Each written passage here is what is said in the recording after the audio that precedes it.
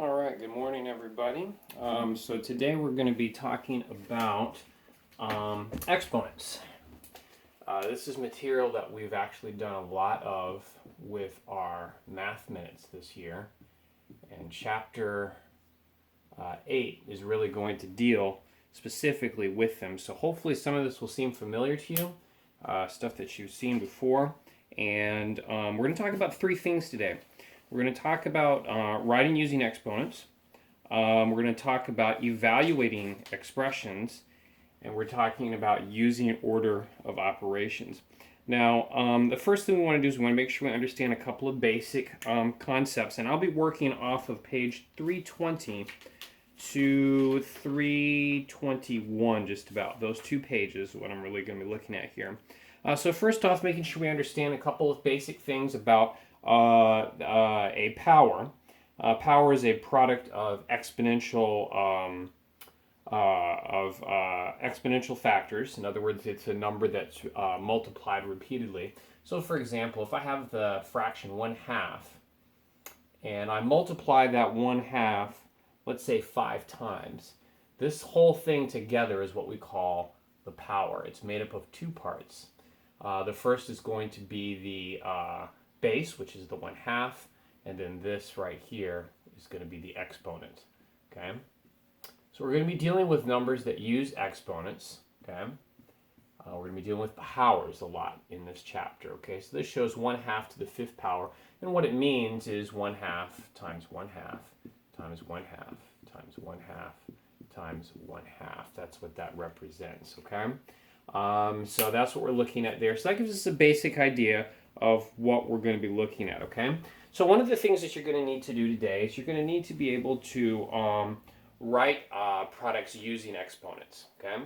So if we give you, like the example you see here, 1/2 times 1/2 times 1/2 times 1/2, you would rewrite it as, with exponents, as 1/2 to the 5th power, okay? You can see some other examples in example 1. You have -7 times -7 times -7. Of course, rewriting that using exponents would be -7 to the 3rd power. Okay. So that's one of the first things that you're going to be doing. Don't forget to use the parentheses. Parentheses are kind of important.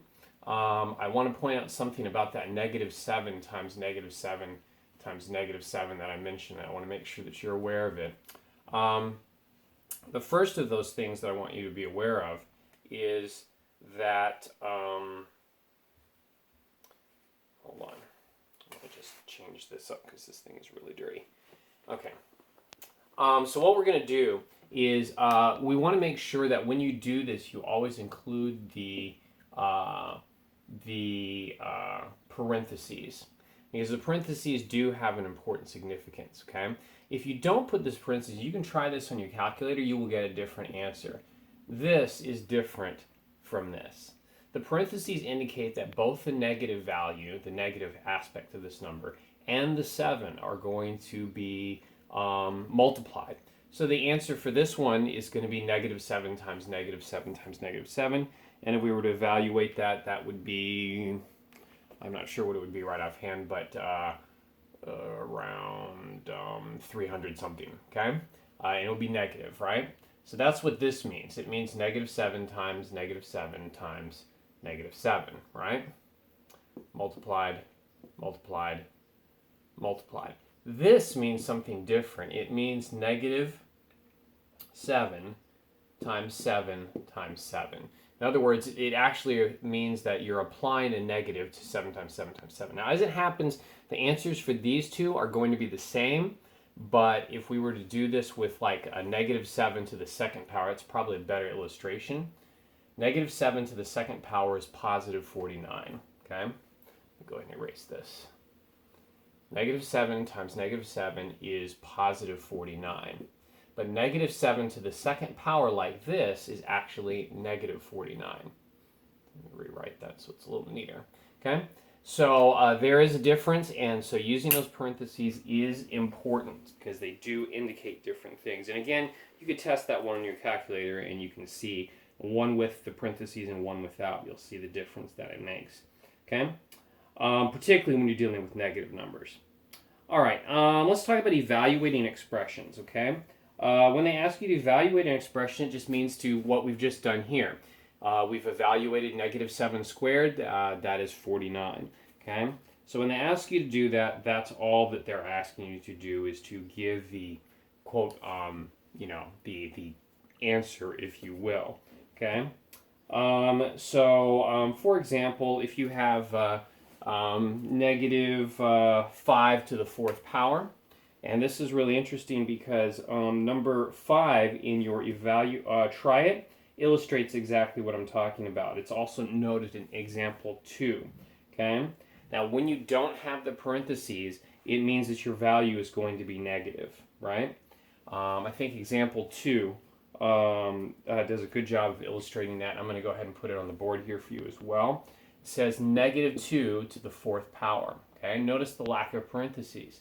So what we're going to do here is what this actually means is negative 2 times 2 times 2 times 2. It basically kind of separates the negative from the 2. The parentheses show the negative belongs to the 2, right? So the answer for this one is going to be negative 16. It'll be 2 times 2 times 2 times 2 is 16. With the negative added in, it'll be negative 16, or negative multiplied by 16 will give you negative 16. So, very important to use those parentheses, okay? All right, the last thing, we've also had quite a bit of practice with this in our math minutes as well, as using order of operations to evaluate expressions. So this is going to be situations where we have multiple things going on. You have to know in what order to do them, okay? You guys already know, you've probably memorized PEMDAS, or please excuse my dear Aunt Sally. Some math teachers don't really like that because they feel that it leads people to think that you always have to multiply before you divide, but that is not true. It's going to be parentheses first, okay? Then it's, or other grouping symbols, any kind of grouping symbols. In your homework, you're going to have an absolute value thing, okay? You're going to deal with those things inside the parentheses first. Okay, inside the parentheses first, or any other grouping symbols. Okay, then you're going to do any exponents that you have, unless of course those exponents are inside of parentheses. Okay, then you're going to do any multiplication or division, whichever comes first in left to right. Okay, it does not mean you always have to do multiplication first. And then addition or subtraction, again,